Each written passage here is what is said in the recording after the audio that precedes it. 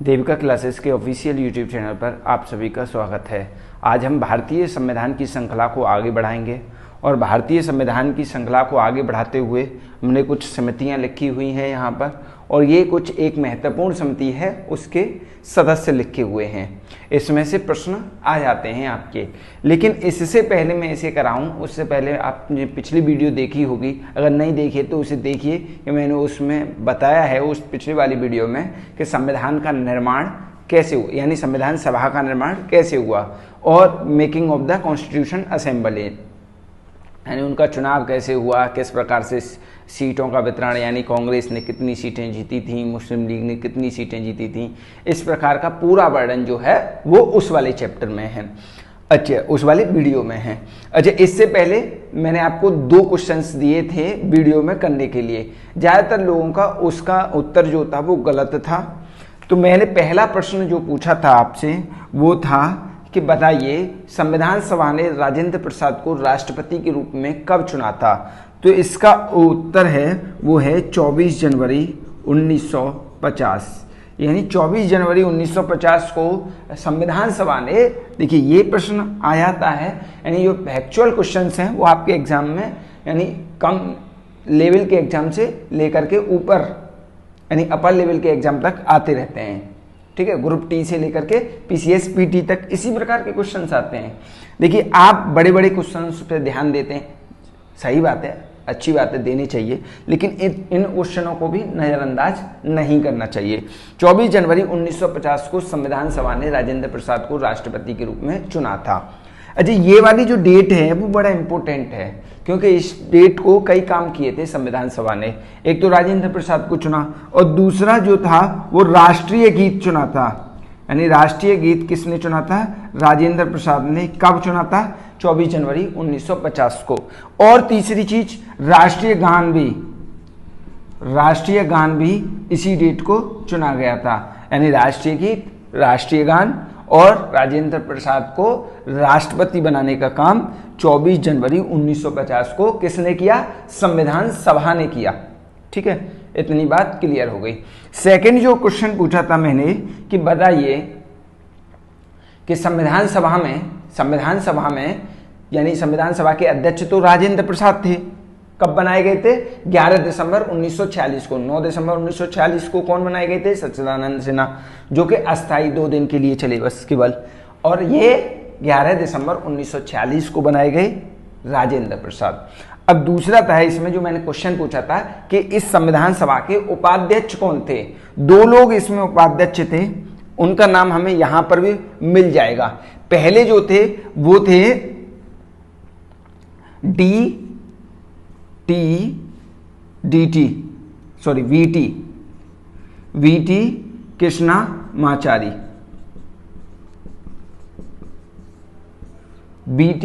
कृष्णामाचारी।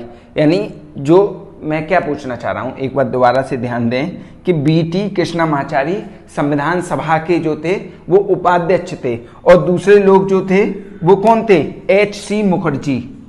कौन? एच.सी. मुखर्जी।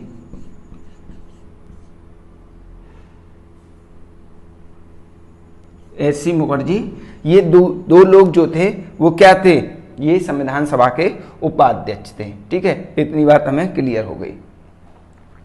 नेक्स्ट चलते हैं और देखते हैं कि प्रारूप समितियां। अब समितियां क्या होती हैं इसके बारे में, यानी इन्हें पढ़ने से पहले, इनके अध्यक्षों को पढ़ने से पहले, इनके सदस्यों को पढ़ने से पहले हमें ये पता होनी चाहिए कि समितियां क्या होती हैं और क्या काम हुआ था इनका। तो संविधान सभा जब बनी थी तो संविधान सभा में काम करने के लिए बहुत सारे लोग थे, और बहुत सारे लोग थे तो अलग अलग कामों को अलग अलग तरीके से लीड कर रहे थे।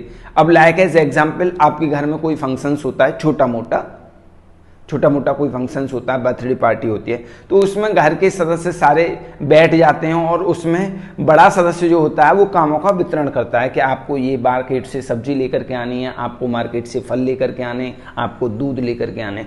तो कई टीमें बना दी जाती हैं। अगर बड़ा फंक्शंस होता है तो टीमें बन जाती हैं उसमें, और उस टीम को एक पर्सन लीड करता है। तो इसी प्रकार से संविधान सभा के कुछ कार्य जो थे उनको लीड करने का काम इन लोगों ने किया था। तो इन्हें याद करेंगे, देखिए बहुत आसानी तरीके से इन्हें याद कर लेंगे हम। सबसे पहले तो प्रारूप समिति है, सबसे इंपॉर्टेंट समिति जो थी अब तक की, इसके अध्यक्ष थे अंबेडकर साहब। अंबेडकर साहब इसके अध्यक्ष थे। प्रारूप समिति बहुत इंपॉर्टेंट समिति है। क्वेश्चंस बार बार ऐसा पाया गया है कि इस वाले क्वेश्चंस की बार बार पुनरावृत्ति हुई है, चाहे किसी भी प्रकार से हुई है। प्रारूप समिति के अध्यक्ष पूछ करके हुई है, या ये पूछ करके हो सकती है कि ड्राफ्टिंग कमेटी के अध्यक्ष कौन थे, यानी ड्राफ्टिंग ऐसे हिंदी में लिख देगा। कभी कभी हम इंग्लिश में याद कर लेते हैं, लेकिन इस प्रकार से इंग्लिश में भी लिख देता है वो, इंग्लिश में हिंदी का रूप दे करके। प्रारूप समिति के अध्यक्ष। अच्छा, प्रारूप समिति को दूसरे एक नाम से और जानते हैं, उस समिति का प्रारूप समिति को ही पांडुलेखन समिति, क्या पांडुलेखन समिति के नाम से जानते हैं। अब एग्जाम में ये आ गया कि निम्न में से पांडुलेखन समिति का अध्यक्ष कौन था, तो आप पांडुलेखन को अब सुन करके या देख करके अचंभित नहीं होना। पांडुलेखन समिति प्रारूप समिति का ही दूसरा नाम है। अच्छा, इसके तो अंबेडकर साहब हो गए, ये तो सभी को ज्यादातर हम बचपन से पढ़ते आ रहे हैं कि ड्राफ्टिंग कमेटी के अध्यक्ष कौन थे, अंबेडकर थे। संघ शक्ति समिति, देखिए संघ शक्ति समिति आपको पता होगा, देखो याद करने की हल्की हल्की जो ट्रिक है मैं आपको बताऊंगा। संघ शक्ति समिति, आपको पता है कि सबसे पहले जब देश आजाद हुआ था तो देश के वजीर आजम के रूप में जो कमान संभाली थी वो तो राजेंद्र प्रसाद, वो सॉरी जवाहरलाल नेहरू ने संभाली थी प्रधानमंत्री के रूप में। तो प्रधानमंत्री के रूप में यानी सबसे ज्यादा शक्ति किसके पास थी 1947 के दौरान या संविधान सभा के बनने के बाद में, तो वो थी संघ शक्ति समिति, यानी पंडित जी के पास में। कह सकते हैं कि नेहरू, जवाहरलाल नेहरू इसके अध्यक्ष थे। याद हो गया, संघ शक्ति यानी संघ मतलब देश, देश की शक्ति किसके पास थी, नेहरू जी के पास थी। ये याद करने की ट्रिक है। संघीय संविधान समिति यानी संघ और संघीय दोनों को मैच कर लेंगे यहां से, संघ और संघीय, तो इसके भी कौन थे, नेहरू जी थे। अब संघ के नेहरू जी हैं तो राज्यों के लिए समझौता कौन कराएगा, देखिए राज्यों के लिए समिति है ये समझौता कराने वाली, राज्यों के लिए समिति समझौता कराने वाली, और इसके भी हैं नेहरू। तो हमने ये ग्रुप में कर लिया एक में, अब हम ग्रुप में इसे याद करेंगे। प्रारूप समिति के अंबेडकर साहब, संघ शक्ति समिति के नेहरू जी, क्योंकि उनके पास शक्ति थी देश का संविधान जब बनाता। तो संघीय संविधान समिति के, संघीय संविधान समिति यानी संघ और संघीय दोनों के कौन होंगे, नेहरू जी होंगे। राज्यों के लिए, जब संघ के लिए सारा काम कौन कर रहा है, नेहरू जी कर रहे हैं, तो राज्यों के लिए जो समझौता कराएगा वो कौन कराएगा, नेहरू जी ही कराएंगे। देखिए एक प्रकार से मूवी सी चल रही है यहाँ पर, आपने इतने पर भी याद नहीं किया तो आप तैयारी को छोड़ दीजिए, फिर आपको याद नहीं होगा। संचालन समिति, अब आपको पता है कि संविधान सभा का जो संचालन, जैसे मंच का संचालन एक व्यक्ति करता है, संचालन कैसे करता है, एक व्यक्ति सभी वक्ताओं को बुलाता है ना, इसी प्रकार से हेड कुर्सी पर बैठ करके संविधान सभा में संचालन करने का जो काम कर रहे थे वो कौन कर रहे थे, राजेंद्र प्रसाद कर रहे थे। संचालन समिति, क्योंकि हमें सभी को पता है कि 11 दिसंबर 1946 को ये अध्यक्ष के रूप में आए थे, तो संचालन समिति के जो अध्यक्ष थे वो थे राजेंद्र प्रसाद, ठीक है, राजेंद्र प्रसाद। और प्रक्रिया यानी आगे क्या प्रक्रिया चलेगी संविधान सभा में, उसका काम कौन कर रहा था, तो यही करेंगे, जाहिर सी बात है राजेंद्र प्रसाद ही करेंगे। यानी संचालन समिति के अध्यक्ष जो थे वो राजेंद्र प्रसाद थे, और प्रक्रिया समिति के जो अध्यक्ष थे वो भी राजेंद्र प्रसाद थे। अच्छा, प्रांतीय संविधान समिति, प्रांतीय संविधान समिति के अध्यक्ष कौन थे, तो प्रांतीय संविधान समिति के जो अध्यक्ष थे वो एक व्यक्ति थे, उनका नाम था सरदार पटेल। कौन नहीं जानता है ना, सब जानते हैं, सरदार पटेल थे। अच्छा, सरदार पटेल, देखिए ये दोनों हमने एक ग्रुप में करी, संचालन और प्रक्रिया। अब देखिए प्रांतीय संविधान समिति और दूसरी है मौलिक अधिकार, अल्पसंख्यक, जनजातीय और बहिष्कृत क्षेत्र। यानी मौलिक अधिकार के लिए समिति के अध्यक्ष कौन थे, सरदार पटेल। अल्पसंख्यक समिति के अध्यक्ष कौन थे, सरदार पटेल। जनजातीय समिति के अध्यक्ष कौन थे, सरदार पटेल। बहिष्कृत क्षेत्रों के लिए ये जो थे वो सलाह देने वाली समिति थी, ये कैसी थी, सलाहकार समिति थी। तो इसके जो अध्यक्ष थे वो कौन थे, इसके अध्यक्ष थे सरदार पटेल। ये तो मैंने रफ कर दिया, सरदार पटेल।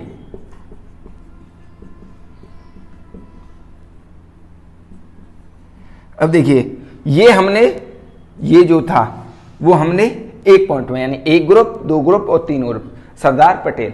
इसके बाद में इन्हीं क्षेत्रों के अंतर्गत यानी इन्हीं समितियों के अंतर्गत 5 उप समितियां थी।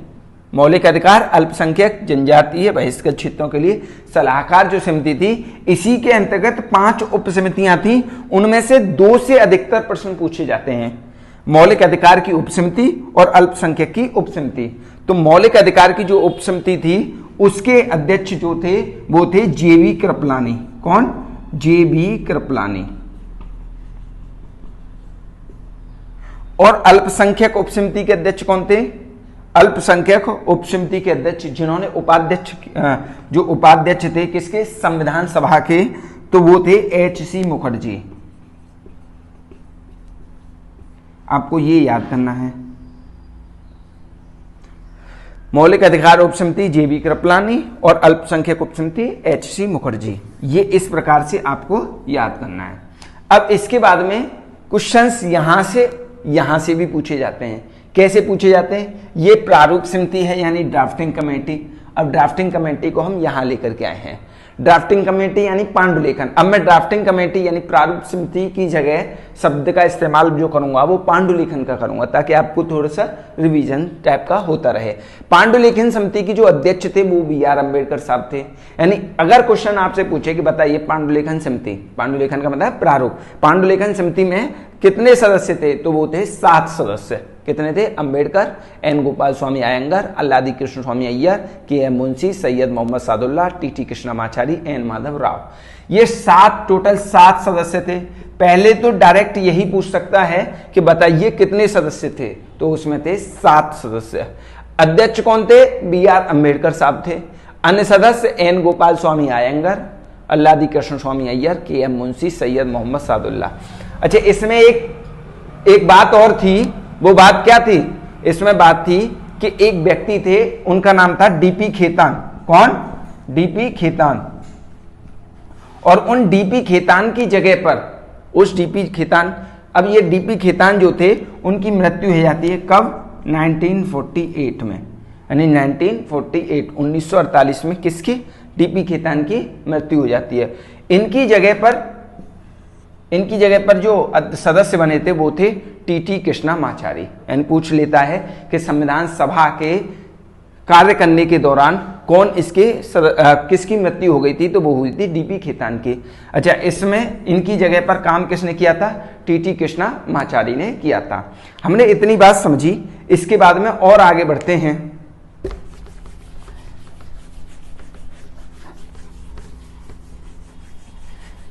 अच्छा, नेक्स्ट है, इसमें पूछेगा आपसे कि बताइए संविधान सभा का जो सचिव था वो कौन था? संविधान सभा का सचिव कौन था? तो वो थे आयंगर।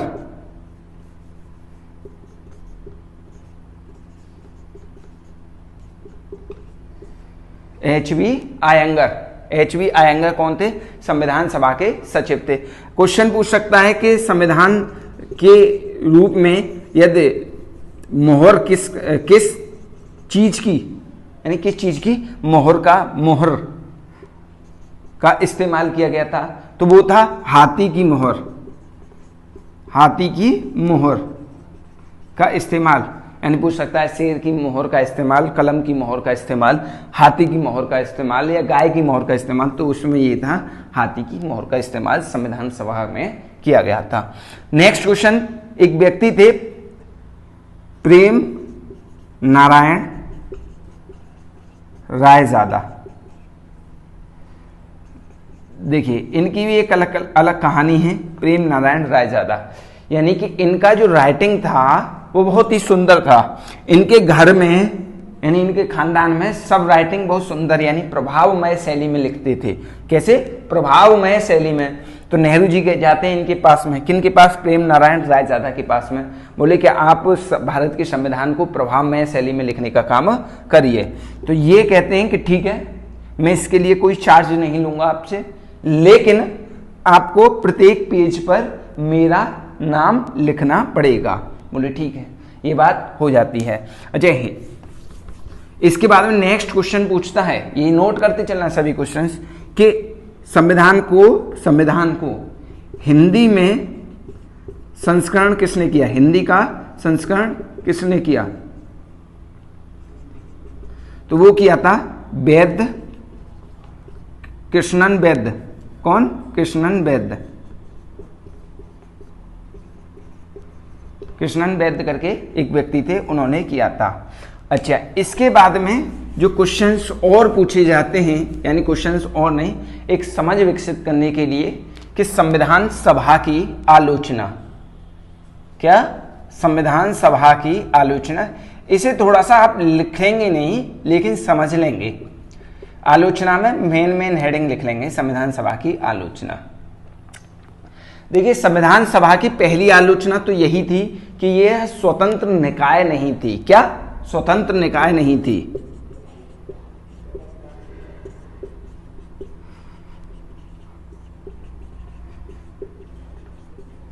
यह स्वतंत्र निकाय नहीं थी। स्वतंत्र निकाय का मतलब क्या है, अब मैं आपको बता दूं कि जो संविधान सभा के जो सदस्य चुन करके आए थे वो सार्वभौमिक मताधिकार के अनुसार चुन करके नहीं आए थे, वो टैक्स, वो शिक्षा आदि के आधार पर चुन करके आए थे। तो कह सकते हैं कि यह एक स्वतंत्र निकाय नहीं थी, यह एक स्वतंत्र निकाय नहीं थी। दूसरी बात क्या थी, दूसरी बात इसमें कह सकते हैं कि इसमें संप्रभुता का अभाव था। संप्रभुता का अभाव, संप्रभुता का अभाव क्या मतलब क्या है, यानी कि संप्रभुता का मतलब कि यह अपने निर्णय लेने में सक्षम नहीं थी, ऐसा आरोप लगाया जा रहा है संविधान सभा पर। क्यों, क्योंकि बैठक करने से पूर्व इन्हें किसकी, अंग्रेजों की परमिशन चाहिए होती थी। संप्रभुता का अभाव इसमें देखने के लिए मिला है, चूंकि बैठक करने से, अच्छा, संविधान सभा का निर्माण ही किससे हुआ था, कैबिनेट मिशन की सिफारिशों से हुआ था, यानी जिसका निर्माण ही ब्रिटिशों की एक मिशन आया, उस मिशन के सिफारिशों के आधार पर हो रहा है, तो उसमें संप्रभुता का अभाव देखा गया, ऐसा आरोप लगा है। तीसरा, इसमें कांग्रेस का प्रभुत्व ज्यादा था, कांग्रेस का प्रभुत्व ज्यादा था। यानी किसने कहा, यानी संविधान के आलोचकों ने, संविधान सभा के आलोचकों ने कहा कि इसमें कांग्रेस का प्रभुत्व ज्यादा है। और एक व्यक्ति हुए ग्रेनविल ऑस्टिन, यानी पूछकर ऐसे करके कथन दे देगा कि यह किसका कथन है, यह किसका कथन है, तो उन्होंने कहा था कि कांग्रेस ही संविधान सभा है और संविधान सभा ही कांग्रेस है। यानी हमें तीन आलोचना मिली, क्या, स्वतंत्र निकाय नहीं है, संप्रभुता का अभाव है, कांग्रेस का प्रभुत्व है, चौथा है आम लोगों ने इसमें भाग नहीं लिया था, शिक्षित और